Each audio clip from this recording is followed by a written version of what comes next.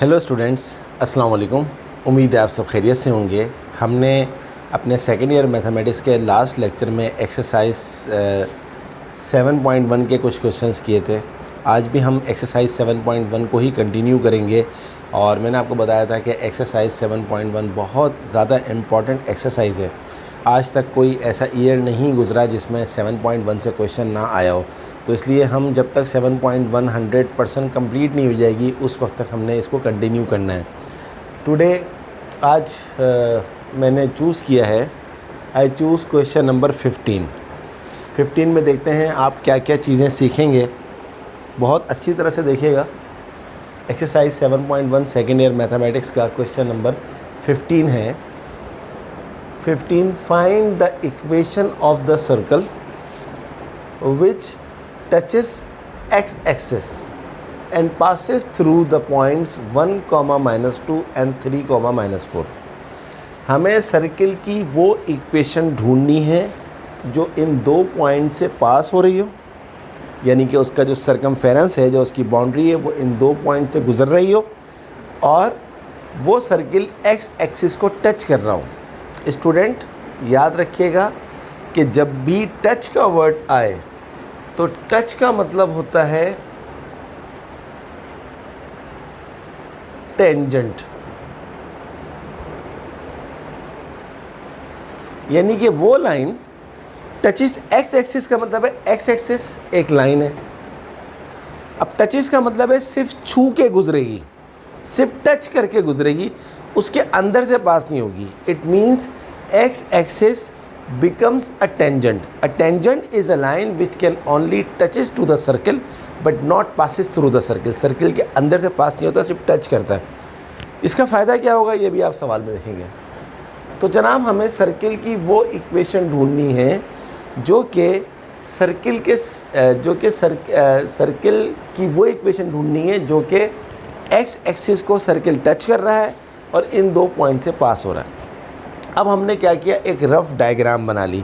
Diagram हम क्यों बनाते हैं कि डायग्राम बना के हमारा व्यू बहुत ज़्यादा क्लियर हो जाता है, हमें समझ में आ जाता है कि यार अच्छा ये सेटिंग है तो अब हमें क्या करना चाहिए। तो हमने एक रफ़ डायग्राम बना ली। ये हमारा एक्स एक्सिस है, ये हमारा वाई एक्सिस है और ये हमारा सर्किल है। और देखिए मैंने सर्किल को एक्स एक्सिस को टच करते हुए गुजारा है, इसमें से इस तरह नहीं गुजारा, देखें इस तरह नहीं गुजारा कि सर्किल के अंदर से पास हो रहा हो, नहीं पास नहीं हो रहा, टच हो रहा है। टच का मतलब है एक्स एक्सिस जो है वो सर्किल के एक्स एक्सिस जो है वो टेंजेंट है इस सर्किल के ऊपर। टेंजेंट का मतलब होता है कि लाइन छू के गुजर रही है, पास होके नहीं गुजर रही। तो अब हमने क्या किया, इस सर्किल का एक सेंटर अपनी तरफ से बना लिया। हम जानते हैं सर्किल के सेंटर को हम क्या कहते हैं, -g -f। तो ये -g -f। अब ये सर्किल दो पॉइंट से पास कर रहा है। एक पॉइंट हमारे पास है 1 -2 और एक पॉइंट हमने ले लिया 3 -4। एक का नाम हमने ए रख दिया, एक का नाम हमने बी रख दिया और सेंटर का नाम हमने सी रख दिया। और सर्किल जिस पॉइंट को टच कर रहा है, और टेंजेंट का एक मतलब और भी होता है, सिर्फ इस एक्स एक्सिस का एक पॉइंट है जो इस सर्किल को टच कर रहा है। तो जिस पॉइंट पे वो सर्किल एक्स एक्सिस को टच कर रहा है उस पॉइंट का नाम मैंने रख दिया डी। अब मैं जानता हूँ कि सेंटर से लेकर सर्किल की बाउंड्री तक का डिस्टेंस जो होता है वो सेम होता है क्योंकि ये रेडियस होता है। तो मैंने कह दिया ए सी का square is equal to B C का स्क्वायर। तो ए सी का डिस्टेंस बराबर है बी सी का डिस्टेंस, क्योंकि सर्किल के सारे सेंटर से जो डिस्टेंस होते हैं बाउंड्री तक के वो बराबर होते हैं। अब ए सी का डिस्टेंस क्या होगा, x2 - x1 का whole square plus y2 - y1 का होल स्क्वायर के स्क्वायर रूट का फार्मूला हम यहाँ पर यूज़ कर रहे हैं। मैंने फार्मूला मेंशन नहीं किया क्योंकि मैं ये समझता हूँ कि ये फार्मूला आपको आता है। 1 + g का स्क्वायर प्लस -2 + f का स्क्वायर इज इक्वल्स टू, फिर दूसरा हमारे पास क्या आ गया, 3 + g का स्क्वायर प्लस -4 + f का होल स्क्वायर। अब a + g का 1 + g का होल स्क्वायर हम a + b के होल स्क्वायर के फार्मूले से एक्सपेंड कर देंगे। तो a + b का होल स्क्वायर क्या होता है, 1 + 2g + g square plus -2 + f का जो स्क्वायर है ये हम a - b के होल स्क्वायर के फार्मूले से एक्सपेंड कर देंगे। 4 - 4f + f स्क्वायर। इसी तरह 3 प्लस जी का whole square, right hand side पे इसको भी a प्लस बी के होल स्क्वायर के फार्मूले से एक्सपेंड कर देंगे। 3 स्क्वायर 9 प्लस 6g प्लस जी स्क्वायर माइनस 4 प्लस f हम a माइनस बी के होल स्क्वायर के फार्मूले से एक्सपेंड कर देंगे। तो ये हो जाएगा 4 का square plus 16 minus 8f plus f square.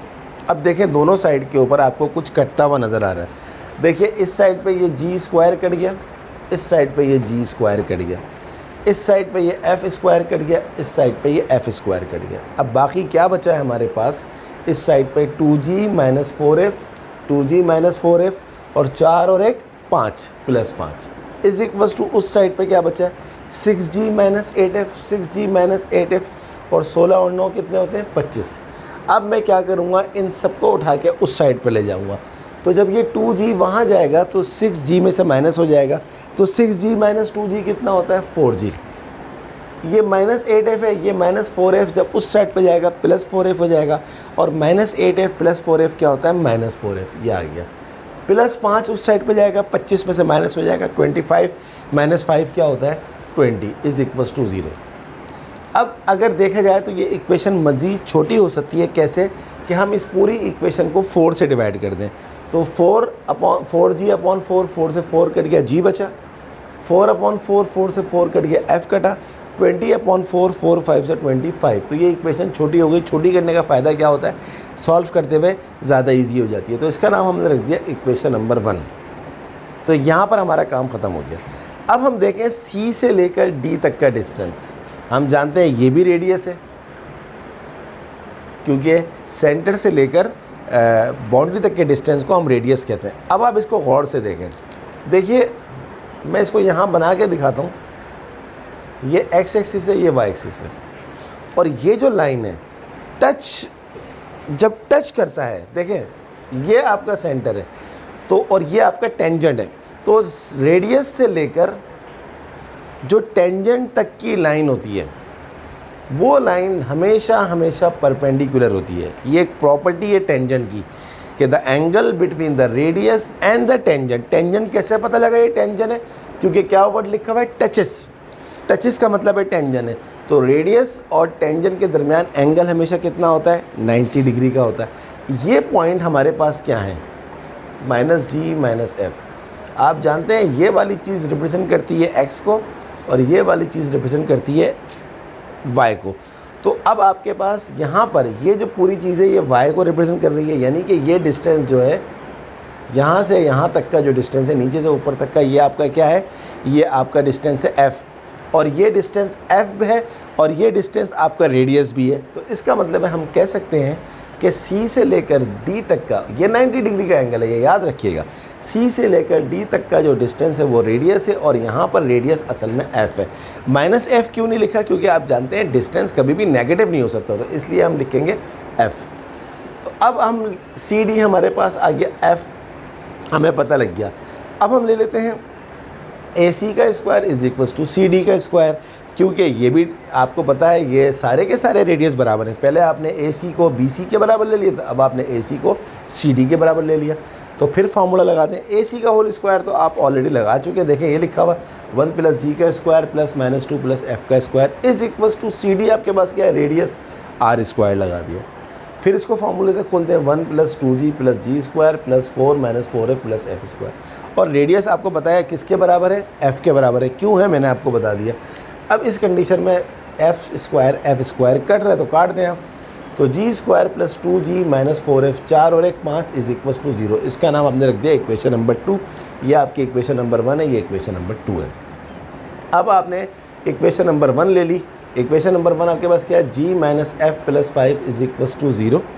यहाँ से आप अगर f को अलग कर लें, यानी कि f को वहाँ भेज दें, तो क्या रह जाएगा f is equal to g plus 5। इस वैल्यू को आप पुट कर दें, पुट इन इक्वेशन नंबर 2, यानी कि जहाँ जहाँ इक्वेशन नंबर 2 में आपको f नज़र आ रहा है वहाँ वहाँ आप क्या पुट कर दें g प्लस 5 पुट कर दें। तो जी स्क्वायर प्लस 2g माइनस 4, और f कितना है आपके पास g प्लस 5। यहाँ मैं दोबारा लिख देता हूँ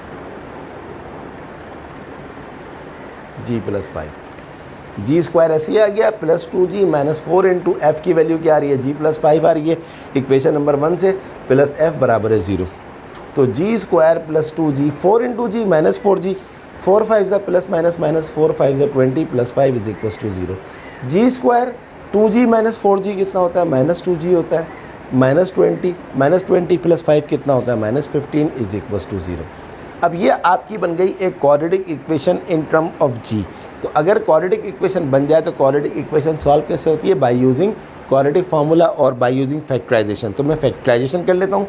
कौन सा मेथड लगा रहा हूँ मैं यहाँ पर, मिडिल टर्म ब्रेक मेथड।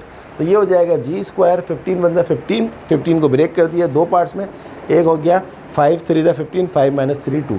तो जी स्क्वायर ऐसे ही आ गया, माइनस 15 ऐसे ही आ गया, और ये जो आपके पास जी स्क्वायर ये जो 2 था ये ब्रेक हो गया माइनस 5g प्लस 3g में। तो minus 5g plus 3g minus 15 is equal to 0।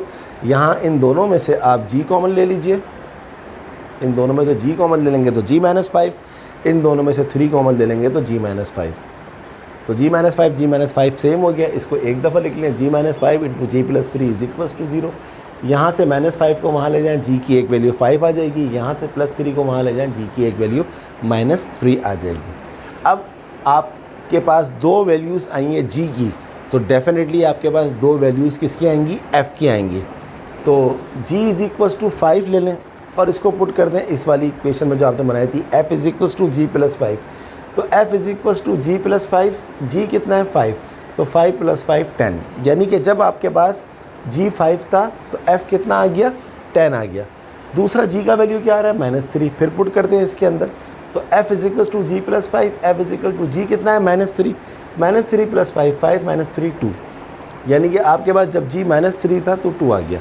आप जानते हैं सेंटर किसको बोलते हैं, या लिखा हुआ है सेंटर बोलते हैं माइनस जी माइनस एफ को। तो अब आपके पास पहला वाला माइनस जी माइनस एफ, ये 5 है ये 10 है, तो दोनों माइनस में कर देंगे तो ये आ गया पहला सेंटर माइनस 5 माइनस 10, एंड दूसरा वाला क्या हो जाएगा, माइनस 3 है तो माइनस माइनस प्लस 3 हो जाएगा, और प्लस 2 है तो माइनस प्लस माइनस 2। तो दो सेंटर आ गए, जब दो सेंटर आ गए तो डेफिनेटली दो रेडियस भी आएंगे आपके पास। रेडियस आपके पास क्या है आप जानते हैं, अभी आपने थोड़ी देर पहले ही कहा था कि रेडियस बराबर है एफ़ के।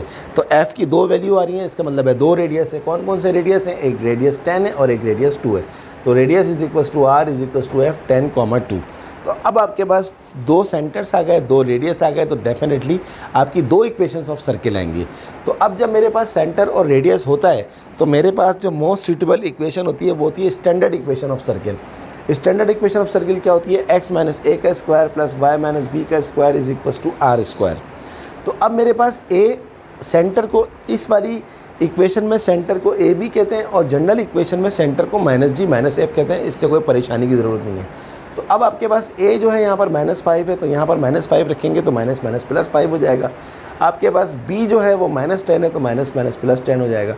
इन दोनों कंडीशंस के लिए आपके पास रेडियस कितना था, एफ कितना है 10, तो ये हो जाएगा आर स्क्वायर यानी कि 10 स्क्वायर। इसको ए प्लस बी के होल स्क्वायर के फॉर्मूले से खोल दें तो ये हो जाएगा x square plus 10x plus 25, इसको भी खोल दें, Y square plus 10y plus 100। 10 का स्क्वायर क्या होता है 100, 100 से 100 कट जाएगा तो आपकी इक्वेशन क्या बन जाएगी, x square y square plus Y square plus 10x plus 10y plus 25, उस साइड पे क्या बचा 0।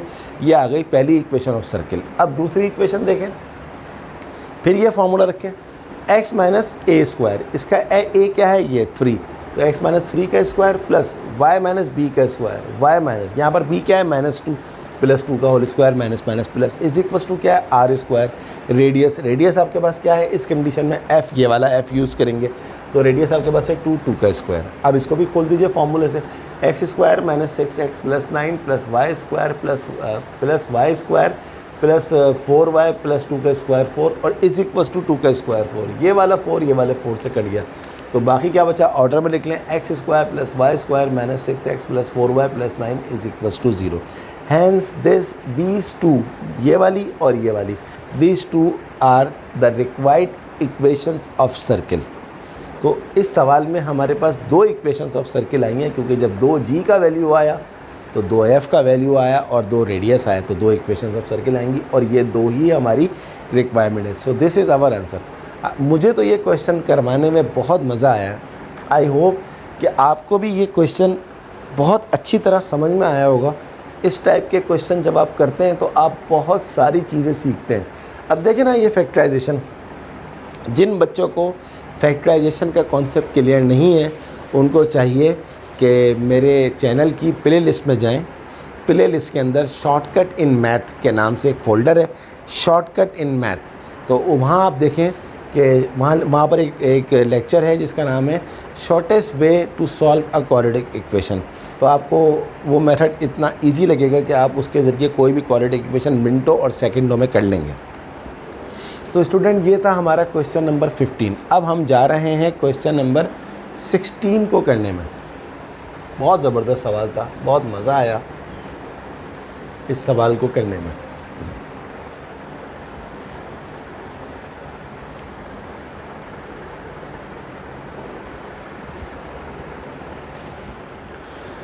Now I am taking question number 16।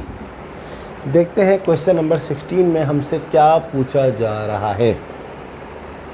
Find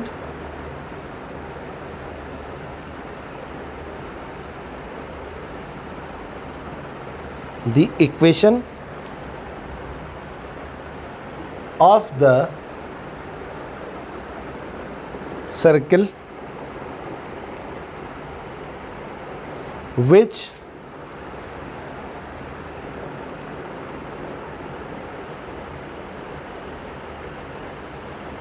passes through the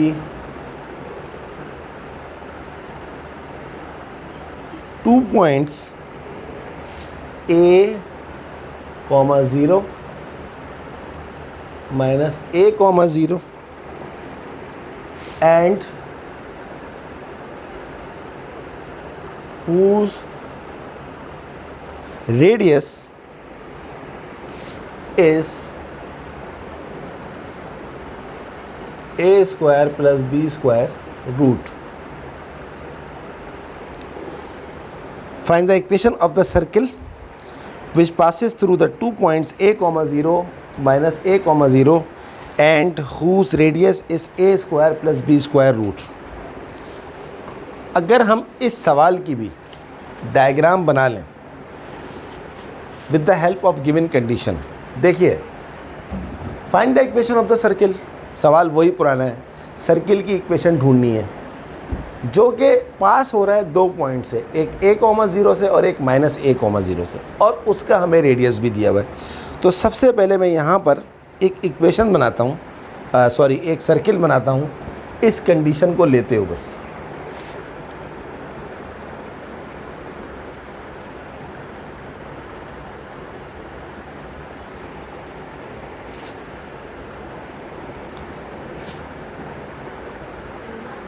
एक मिनट, सबसे पहले एक सर्किल बना लेता हूँ।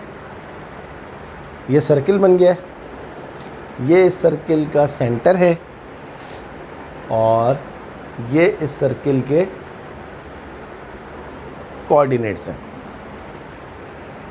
ये जो कोऑर्डिनेट है ये है minus a, 0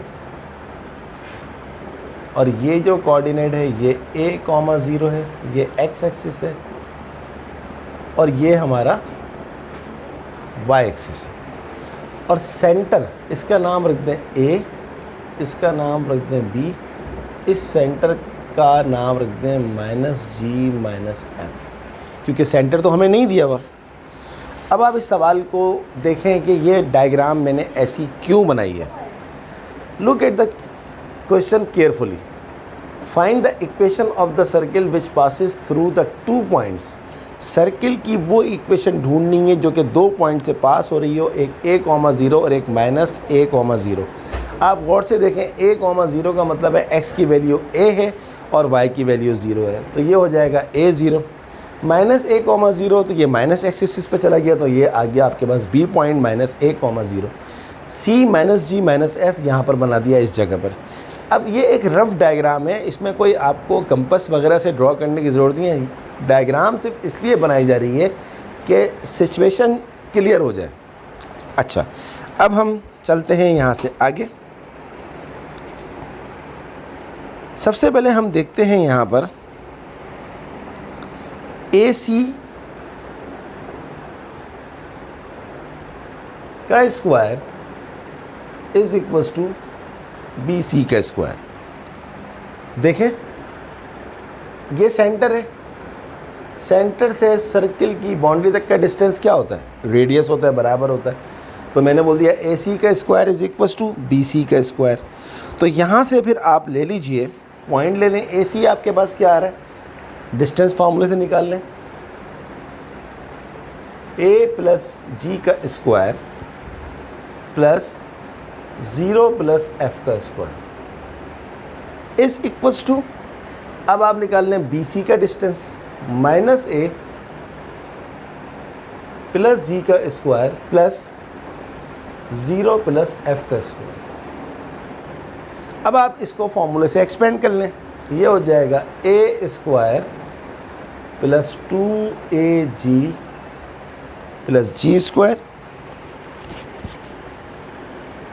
plus 0 plus F का स्क्वायर एफ स्क्वायर। इसको आप a माइनस बी के होल स्क्वायर के फॉर्मूले से एक्सपेंड कर लें, ए स्क्वायर माइनस 2AG प्लस जी स्क्वायर। 0 प्लस एफ का स्क्वायर क्या होता है, एफ स्क्वायर। अब देखें क्या क्या कट रहा है, जी स्क्वायर से कट रहा है, एफ स्क्वायर से कट रहा है, ए स्क्वायर से कट रहा है। तो बाकी क्या बचा फिर, 2AG, इस माइनस 2AG को यहाँ शिफ्ट कर दें तो ये हो जाएगा plus 2AG is equal to 0। 2AG plus 2AG क्या हो जाएगा हमारे पास, 4AG इज इक्वल टू 0। तो G इज इक्वल टू, जब आप 4A को 0 से डिवाइड करेंगे तो आपके पास आ जाएगा 0। तो जनाब आपके पास G का वैल्यू आ गया 0। अब हम सपोज करते हैं कि लेट्स सपोज हमारी जो इक्वेशन ऑफ सर्किल है वो क्या है, X square plus Y square plus 2GX plus 2FY plus C बराबर है 0। अब हम इसको सबसे पहले सेटिस्फाई कर देते हैं इस कोऑर्डिनेट से a,0।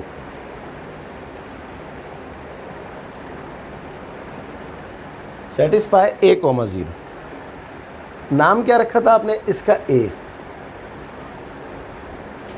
यानी कि सर्किल की इक्वेशन में जहां जहां x है वहां पर आप क्या रख देंगे a, जहां जहां y है वहां पर आप क्या रख देंगे 0। तो एक्स स्क्वायर का मतलब क्या होगा, डायरेक्ट कर लेते हैं ए स्क्वायर। वाई स्क्वायर का मतलब क्या होगा, 0 का स्क्वायर यानी कि 0 प्लस 2GX, जी आपका 0 आ चुका है तो ये पूरी चीज़ क्या हो जाएगी 0 प्लस 2FY, वाई 0 है तो ये भी 0 प्लस सी, थोड़ा और सफाई से, इज इक्वल्स टू 0। तो यहाँ से आपके पास C का वैल्यू आ जाएगा माइनस ए स्क्वायर। तो C आ गया माइनस ए स्क्वायर।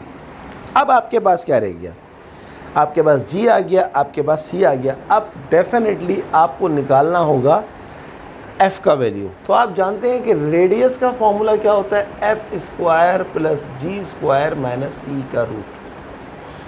अब आप गौर से देखें, इस सवाल में आपको रेडियस ऑलरेडी दिया हुआ है। क्या दिया हुआ है रेडियस आपको, a square plus b square का root is equals to f square, नहीं पता, g स्क्वायर आप ऑलरेडी निकाल चुके हो 0, तो 0 का स्क्वायर 0, c आप निकाल चुके हो माइनस a स्क्वायर, तो ये हो जाएगा minus minus plus a square. तो अब आपके पास दोनों तरफ रूट है। आप याद रखिएगा, रूट हटाने के लिए आपको प्लस माइनस का साइन लगाएंगे। तो आप स्क्वायरिंग ऑन बोथ साइड कर रहे हैं तो किसी एक जगह पर प्लस माइनस लगाएंगे। मैं यहाँ लगा देता हूँ, A square plus B square is equals to F square plus A square. यहाँ से यहाँ पर आ गए, बल्कि 1 मिनट, इसको इजी करने के लिए स्क्वायर रूट से स्क्वायर रूट पहले काट देते हैं। दोनों तरफ स्क्वायर रूट आ रहा है तो A square plus B square is equal to F square plus A square. A square से ए स्क्वायर कट गया। जब एफ स्क्वायर हटेगा तो इस साइड के ऊपर लगेगा बी स्क्वायर का root with plus minus sign, ये बेस्ट है। तो ये हो गया हमारे पास बी। अब आपके पास दो कंडीशंस आ गई एफ़ की। सबसे पहले आपके पास आप ले लीजिए g बराबर आपके पास कितना आया था, 0 था। c चेंज नहीं होगा, -a²। f आप ले लें पहले +b, तो इक्वेशन क्या बन जाएगी, x² + y² + 2gx + 2fy + c² + c = 0। Sorry, g की जगह पर 0 रख दिया, f की जगह पर b रख दिया और c की जगह पर उसकी वैल्यू -a² रख दी। तो ये हो जाएगा x² + y² + 0 + 2by - a² = 0। x² + y² + 2by - a² = 0। ये आ गई हमारी पहली इक्वेशन ऑफ अ सर्किल। जब हमने क्या रखा था, जब हमने रखा था f की जगह पर b। अब हम फिर लेंगे g = 0, c = -a² और f अब हम लेंगे -b। तो सब कुछ वही रहेगा, मैं डायरेक्ट आंसर लिख रहा हूँ, x² + y²। दोबारा 2gx, g 0 है, लिखने की ज़रूरत नहीं है। 2by, b आपके पास यहाँ पर क्या है, माइनस है, तो यहाँ पर आ जाएगा -2by और c भी वही रहेगा, -a² = 0 आंसर। तो आपकी एक इक्वेशन ये आ गई, एक इक्वेशन ये आ गई, ये दोनों ही आपके आंसर्स कहलाएंगे। तो जिस तरह क्वेश्चन नंबर 16 बहुत अच्छा था, इस तरह क्वेश्चन नंबर 17 में भी 15 बहुत अच्छा था, तो 16 में भी हमने काफ़ी सारी चीज़ें सीखी। अब हम करने के लिए जा रहे हैं क्वेश्चन नंबर 17। देखते हैं कि क्वेश्चन नंबर 17 में हमसे क्या पूछा जा रहा है। बहुत आसान क्वेश्चन है स्टूडेंट, सिर्फ और सिर्फ आप कंडीशंस को यूज़ करते चले जाएं और फिर आप देखिएगा खुद ब खुद आपके आंसर्स आने शुरू हो जाएंगे। बहुत ज़्यादा इम्पॉर्टेंट एक्सरसाइज है।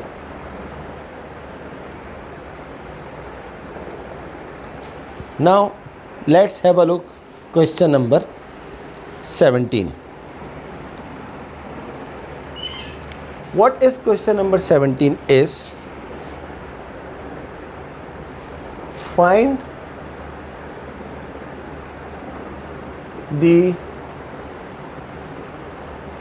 equation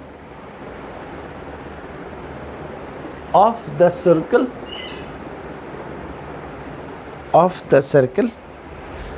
containing the point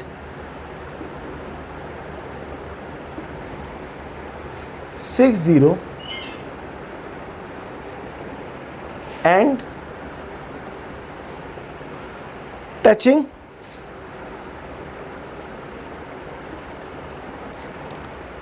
the line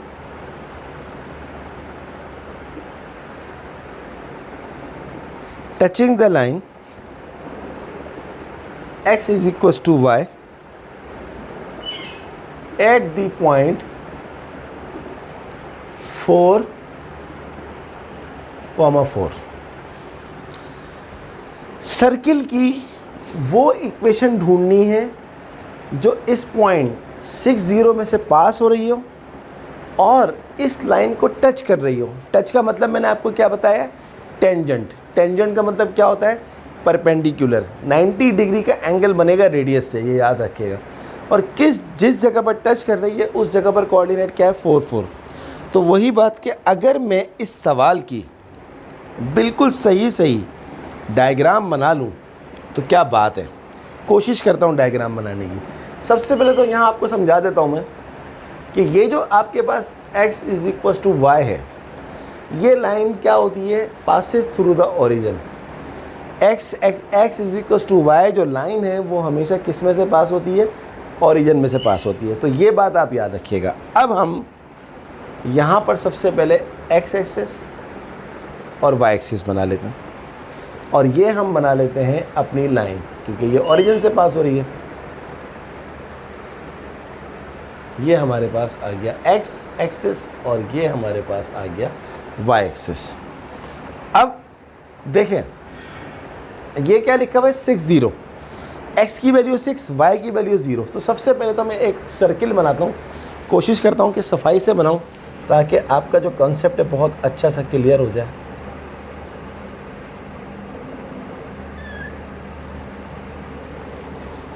अल्लाह का शुक्र है काफ़ी बेहतर बना है। तो अब देखें ये जो पॉइंट है 60, डेफिनेटली x की वैल्यू 6 है और y की वैल्यू 0 है। तो इसका मतलब ये हुआ कि हम जो हैं इस जगह पर, और ये सर्किल में से पास हो रहा है, तो हम सपोज कर लेते हैं कि ये पॉइंट जो है आपका वो 60 है। इसका नाम हम रख देते हैं A 60, और ये हम ले लेते हैं सेंटर इस जगह पर C। सेंटर हमें नहीं पता तो हम इसका नाम रख देते हैं -G -F। और देखें क्या लिखा हुआ है, and touches the line, line पे टच कर रहा है, ये हमारी लाइन आ गई x = y। और जहाँ पर टच कर रहा है कौन सा पॉइंट है वो, इसका नाम हम रख देते हैं B। मैंने सेंटर, आप बोलेंगे सर सेंटर तो बिल्कुल बीच में आता है, बिल्कुल आप सही कह रहे हैं, सेंटर बिल्कुल बीच में आता है, मगर मैंने थोड़ा सा खुद जान के पीछे की तरफ करके बनाया। क्यों किया है मैंने ऐसा, अभी आपको खुद ब खुद समझ में आ जाएगी बात। लेकिन डायग्राम 100% करेक्ट है क्योंकि सारी ही चीज़ें हो गई। लाइन से टच कर रहा है, यस इस लाइन से टच कर रहा है। 60 में से पास हो रहा है, यस 60 में से पास हो रहा है। जिस जगह पर टच कर रहा है लाइन पर, उस जगह पर पॉइंट की वैल्यू क्या है 44 है, यस 44 है। तो अब हमारे पास, बल्कि इसको और अच्छी तरह लिखता हूँ मैं इस तरह 44। अब हम बनाते हैं सेटिंग। लेट्स सपोज जिस सर्किल की हमने इक्वेशन निकालनी है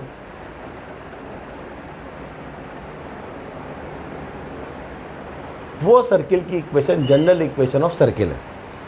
अब ये सर्किल डेफिनेटली पास हो रहा है इन दोनों पॉइंट से, तो हम सबसे पहले पास कर देते हैं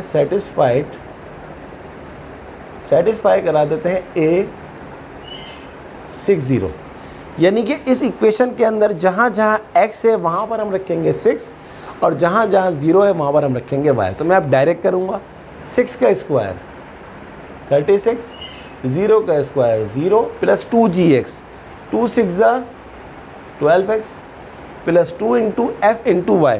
वाई आपके पास 0 है तो ये भी 0 हो जाएगा, प्लस c बराबर है 0। एक मिस्टेक हो गई, 12g आएगा क्योंकि x की जगह पर आपने 6 रखा है ना। तो ये आपके पास आ जाएगा 12g प्लस c प्लस 36 = 0। यही आ रहा है भाई, यस। इसका नाम हम रख देते हैं इक्वेशन नंबर 1। अब हम सेटिस्फाई करते हैं इसको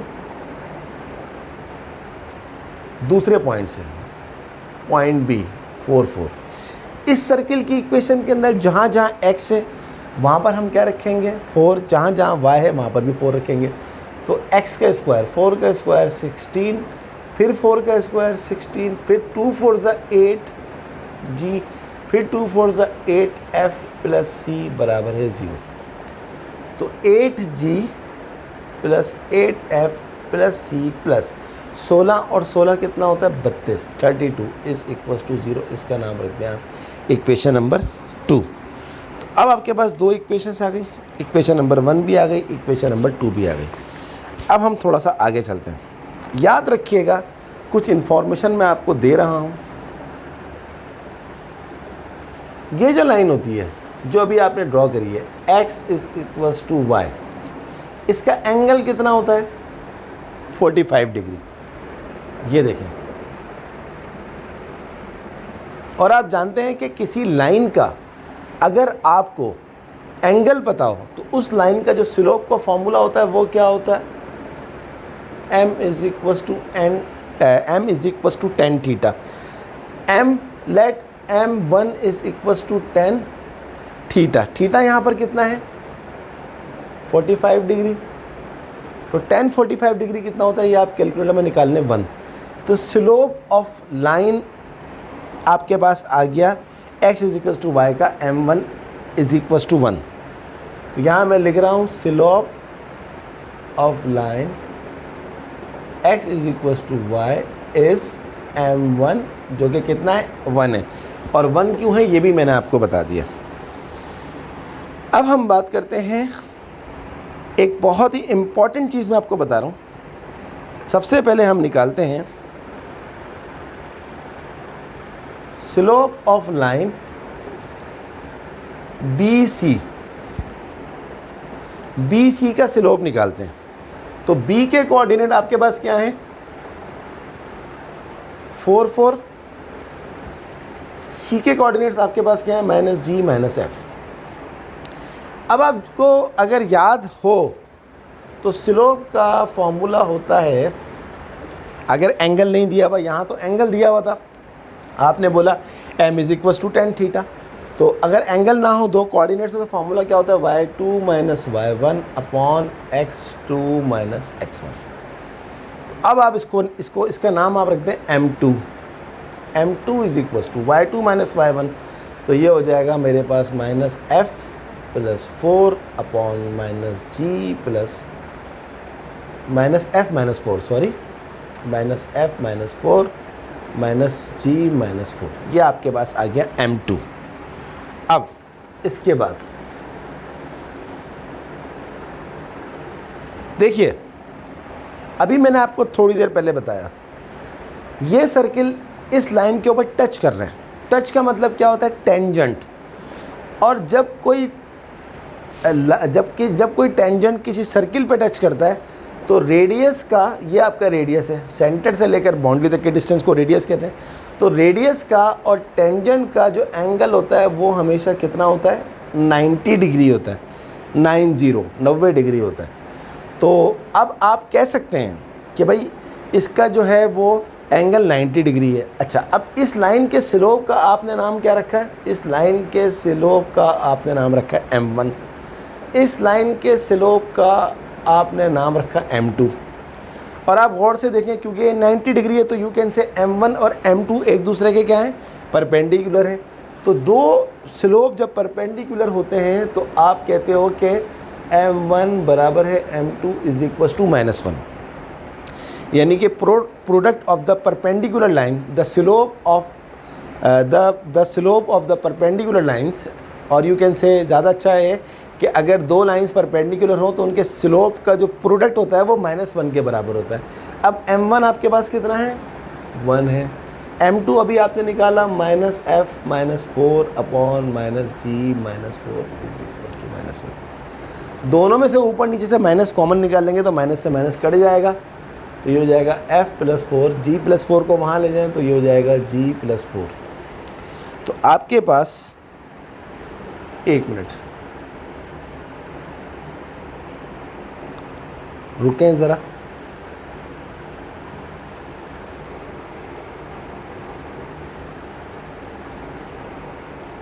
सही है, तो बिल्कुल सही है, बल्कि मैं आपको करके दिखा देता हूँ। माइनस यहाँ से कॉमन ले लीजिए तो ये हो जाएगा f + 4, माइनस यहाँ से कॉमन ले लीजिए ये हो जाएगा g + 4, ये हो जाएगा -1, ये माइनस से माइनस कट गया। तो f + 4 is equal to g + 4 को वहाँ जाके माइनस से मल्टीप्लाई करेंगे तो ये हो जाएगा -g - 4, -g - 4, ये हो गया f + g - 4 को यहाँ ले जाएं, +4 हो जाएगा, +8 इज इक्वल टू 0। ये आपकी आ गई इक्वेशन नंबर 3।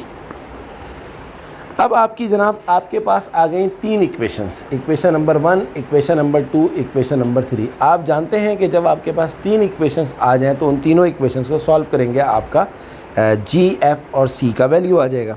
तो चलें हम सबसे पहले एक काम करते हैं, जो इक्वेशन नंबर 3 है, मल्टीप्लाई इक्वेशन 3 बाई 8, इसको हम 8 से मल्टीप्लाई कर देते हैं। क्यों 8 से मल्टीप्लाई करते हैं अभी आपको पता लग जाएगा।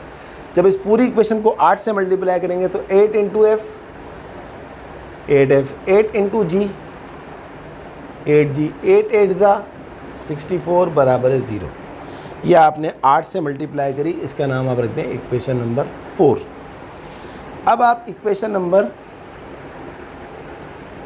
टू कौन सी है, ये रही। एंड इक्वेशन नंबर 4 को ले लीजिए, तो क्या हो जाएगा जनाब, ये आपके पास है equation number 2, 8g plus 8f plus c plus 32 बराबर है 0। और इक्वेशन नंबर 4 क्या है, 8g 8f प्लस 64 बराबर है 0। माइनस कर दें दोनों को, ये कट जाएगा, ये कट जाएगा, c आ जाएगा ऐसे ही, और -64 में से +32 जाता है तो आ जाता है -32 इज इक्वल टू 0। यहाँ से आपके पास c आ जाएगा 32। तो एक काम तो आपका हो गया कि आपका c का वैल्यू 32 आ गया। अब आपको चाहिए g का वैल्यू और f का वैल्यू। तो मैं एक काम करता हूँ, अब इसको मिटा देता हूँ इस वाली चीज़ को। सवाल तो आपको बहुत ज़बरदस्त समझ में आ ही गया है।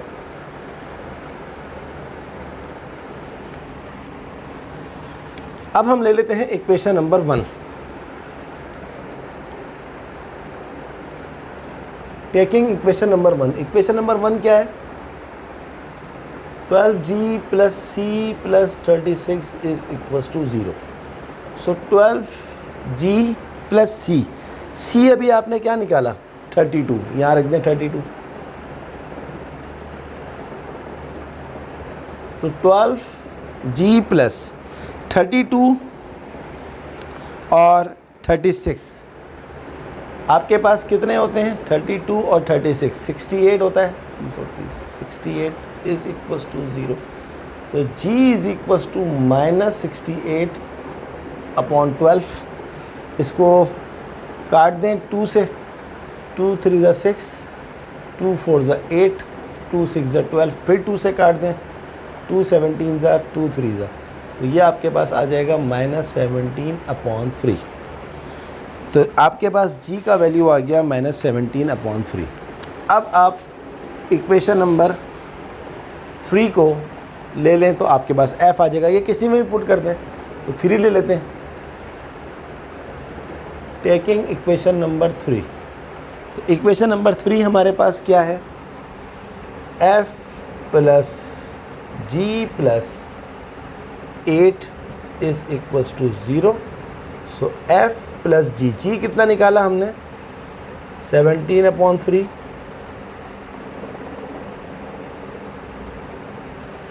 एलसीएम ले लें, 3 8 ज़ा 24, 24 माइनस 24 माइनस 17 होता है 7 अपॉन 3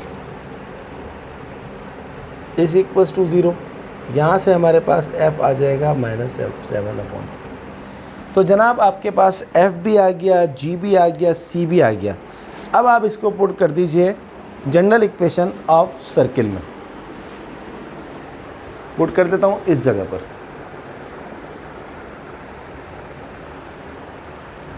ये सवाल तो पिछले दोनों सवालों से भी ज़्यादा अच्छा था, मैं समझता हूँ। Plus c is equal to 0। तो x square plus Y square plus 2g आपने कितना निकाला, g कितना था, -17 अपॉन 3 x प्लस 2f कितना निकाला, प्लस c कितना निकाला, प्लस 32 इज इक्वल टू 0। अब आप क्या करें, इस पूरे का एलसीएम ले लें 3, इंटायर एलसीएम 3 ले लें।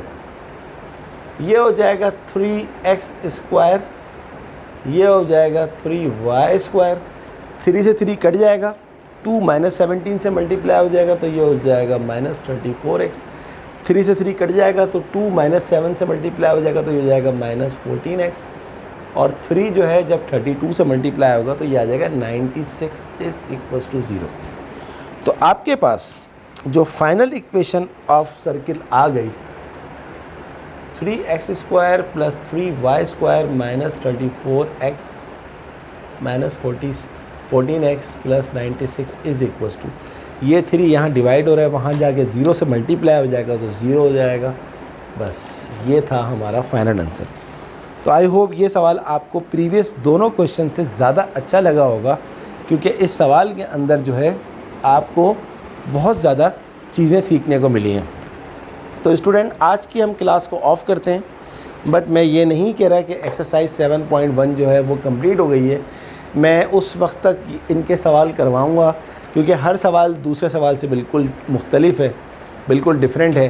तो मैं चाहता हूँ कि आपको बिल्कुल भी मुश्किल ना हो एग्ज़ाम के अंदर, और आपको मैं ट्यूशन और कोचिंग से ज़्यादा अच्छी तरह, उन दोनों जगहों से ज़्यादा अच्छा एटमॉस्फेयर प्रोवाइड करना चाहता हूँ कि आप ज़्यादा से ज़्यादा अच्छी तरह प्रैक्टिस करें। तो अगली क्लास में हम 7.1 को ही कंटिन्यू करेंगे। आप मेरी वीडियोस को ज़रूर लाइक करें, चैनल को भी सब्सक्राइब करें, क्योंकि जब आप चैनल को सब्सक्राइब करते हैं तो जैसे ही मेरी वीडियो अपलोड होती है आपको उसका नोटिफिकेशन फ़ौरन मिल जाता है, तो आपको अंदाज़ा हो जाता है कि यस, हमें लेक्चर मिल गया। इसके साथ साथ मेरी वीडियोस को अपने तमाम दोस्तों को शेयर ज़रूर करें। ओके स्टूडेंट, अगली क्लास तक के लिए अल्लाह हाफ़िज़।